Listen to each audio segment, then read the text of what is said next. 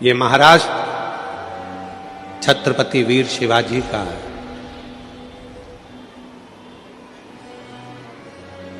ये मुंबई,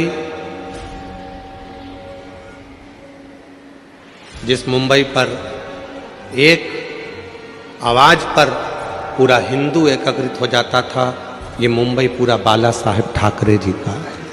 बाला साहेब ठाकरे जी ने 3 चीजें अपनी जिंदगी में बड़ी अच्छी तरह से अपनाई।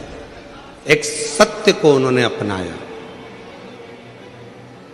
दूसरा, सनातन को उन्होंने बहुत अच्छी तरह से जानकर जनमानस में प्रेरणा दी। और तीसरे नंबर पर बाला साहेब ठाकरे जी ने भगवा को घर घर तक पहुंचाया। वो बाला साहेब ठाकरे।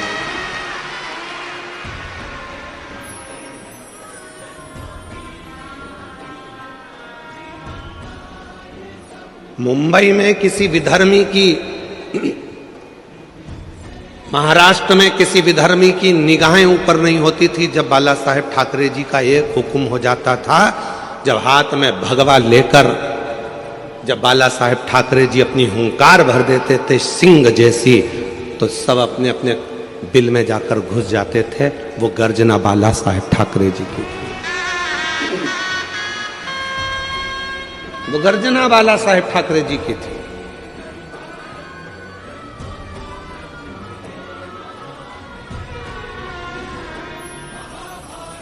जिस समय पर अमरनाथ जी की यात्रा को रोकने की बात आई थी, उस समय पर भारत की भूमि का कोई व्यक्ति नहीं बोला था। केवल एक मुंबई से, महाराष्ट्र की धरा से, छत्रपति वीर शिवाजी की इस भूमि से एक शेर धाड़कर बोला था, वो थे बाला साहब ठाकरे जी। अगर अमरनाथ की यात्रा रुकी तो तुम्हारी भी आगे की यात्रा रोक दी जाएगी। याद रखना, जाना मुंबई से ही,